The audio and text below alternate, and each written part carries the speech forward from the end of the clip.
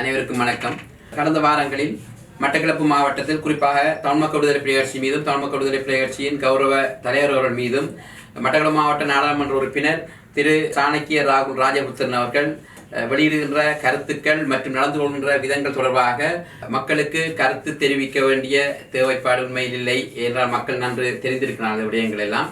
இருந்தாலும் 72 வருட போலி தேசிய அரசியல்வாதிகளிடமிருந்து எவ்வாறு தமிழ் மக்களுக்கான யதார்த்தமான அரசியல் பாதையை தெளிவூட்டி மக்களை இன்று அரசியல் ரீதியாக தெளிவடைந்தவர்களாக நல்வழிப்படுத்தி இருக்கின்றோமோ அதே போன்று மக்களின் ஆணைகளை பெற்ற அரசியல் தலைவர்களை மக்களின் வாக்குகளுக்கு மதிப்பளித்து செயற்பட வேண்டிய நல்வழிப்படுத்த வேண்டிய தேவைப்பாடும் தமிழ் மக்கள் விடுதலை புலிகள் கட்சிக்கு இருப்பதன் காரணமாக இன்று இந்த ஊடக சந்திப்பினை ஏற்பாடு செய்திருக்கின்றோம். உண்மையில் கடந்த ஏப்ரல் குண்டுவெடிப்பு தொடர்பாக மட்டக்களப்பு மாவட்ட கௌரவ நாடாளுமன்ற உறுப்பினர் திரு சாணக்கிய ராகுல் ராஜபுத்திரன் அவர்கள் முற்றிலும் பொய்யான தகவல் ஒன்றை வெளியிட்டிருந்தார். கௌரவ தலைவர் சிவனேஸ்வரி சந்திரகாந்த் அவர்களுக்கு அந்த குண்டுவெடிப்பில் சம்பந்தம் இருப்பதாக ஐநாவில் பேசியதாக குறிப்பிட்டார். ஐநா சம்பந்தமாக அவர் நன்றாக படித்திருக்க வேண்டும். ஐநா அறிக்கை என்ன, அது தொடர்பான விவரங்கள் என்ன என்று அவர் பார்த்திருக்க வேண்டும். இருந்தாலும் அவர் குறிப்பிடுகின்ற 100% உண்மைக்கு புறம்பான செய்திகள் மூலம் உண்மையான குற்றவாளிகளை தப்பிக்க வைக்க முயற்சிக்கின்றாரா என்கின்ற சந்தேகம் எல்லோருக்கும் எழுந்திருக்கின்றது. மக்கள் நன்றாக உணர்ந்திருக்கின்றார்கள்.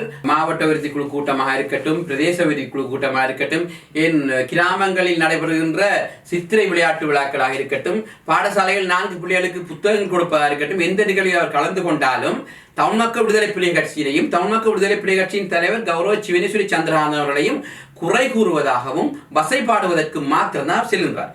அது மாத்திரமா உயரிய சபையா இருக்கிற நாடாளுமன்றத்தில் அவர் பேசிய பேச்சுக்களை எடுத்து பார்த்தால் நான் நினைக்கின்ற 75% மேல் கௌரவ தலைவர் சிவனேஸ்வரி சந்திரகாந்த் அவர்களை குறை காண்பதற்காகவும் அல்லது அவர் மீது சேர் பூசுவதற்காகவும் மாத்திரம்தான் அவர் நாடாளுமன்றம் செல்கின்றாரா என்கிற சந்தேகம் மக்கள் மத்தியில் இருக்கின்றது. ஆகவே நாங்கள் மிக தெளிவாக இருக்கின்றோம். ஏப்ரல் குண்டுவெடிப்பு மிக மிலைச்சித்தனமான குண்டுவெடிப்பானது நல்லாட்சி அரசாங்கத்தில் தமிழரசு கட்சியின் உயர்மட்டம், தமிழரசு கட்சி நிர்வாகம் செய்த நல்லாட்சி அரசு இருக்கின்ற போது இடம்பெற்ற ஒரு குண்டு தாக்குதல். அந்த வெளியில் கௌரவ தலைவர் சிவனேஸ்வரி சந்திரகாந்த் அவர்கள் அரசியல் காழ்ப்புணர்ச்சியின் காரணமாக மட்டக்களப்பு சிறைச்சாலையில் தடுத்து வைக்கப்பட்டார்.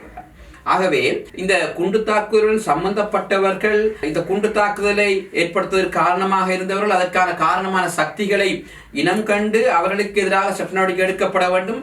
அவ்வாறு எடுக்கப்படுகின்ற போதுதான் எதிர்காலத்தில் மதத்தின் பேராலும் இனத்தின் பேராலும் இவ்வாறான குண்டுவெடிப்புகளோ பயங்கரவாத சக்திகளோ ஏற்படக்கூடாது என்பது நாட்டில் பல தலைவர்கள் கருத்து சொல்லியிருக்கிறார். நான் சொல்லவில்லை. அவை அவ்வாறான சூழலில் மீண்டும் இதனை ஒரு அரசியல் சாயம் பூசி நடைபெற்ற சம்பவத்தை மறுதளித்து இதனை வேறு வடிவில் திரிவுபடுத்துவதன் மூலம் உண்மையான குற்றவாளிகளை தப்பிக்க வைப்பதற்காக இவர் முயற்சி செய்கின்றாரா என்கின்ற சந்தேகம் எல்லோருக்கும் எழுந்திருக்கின்றது. ஆகவே இது முற்று முழுதாக 100% ஜோடிக்கப்பட்ட அரசியல் காழ்ப்புணர்ச்சியின் காரணமாக கௌரவ தலைவர் சிவனேஸ்வரி சந்திரகாந்த் அவர்கள் மீதும் தமிழ் மக்கள் விடுதலை புலிகள் கட்சியின் மீதும் சேறு பூச எடுக்கின்ற முயற்சி என்பதனை மக்கள் நன்றாக உணர்ந்திருக்கின்றார்கள். ஊடக சந்திப்பினை மேற்கொண்டதன் வெளிப்பாடு என்னவென்றால், உண்மையில் இவ்வாறு மக்களின் ஆணையினை பெற்ற தலைவர்கள் மக்கள் சார்பான கருத்துக்களை தெரிவிக்கின்ற போது சொந்த கருத்துக்கு அப்பால் அவர் மக்கள் பிரதிநிதி என்பதை உணர்ந்து யதார்த்தமான உண்மையான அல்லது நிரூபிக்கக்கூடிய கருத்துக்களை வெளியிட வேண்டும்.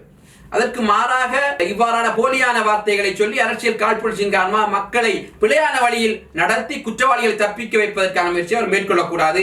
ஆகவே எதிர்காலத்தில் நாங்கள் மட்டக்களப்பு மாவட்டத்தில் மாத்திரமல்ல கிழக்கு மாநிலத்திலும் போலியான அரசியலில் இருந்து மக்களை விடுவிக்கின்ற கட்சி என்கிற அடிப்படையில் இந்த மக்களின் வாக்களை பெற்ற அரசியல் தலைவர்களையும் நல்வழிப்படுத்த வேண்டிய பொறுப்பு மிக்க கட்சி என்கின்ற அடிப்படையில் அவர் நிச்சயமாக உணர்ந்து செயற்படுவார் என்பதை நாங்கள் தெளிவாக இருக்கின்றோம்.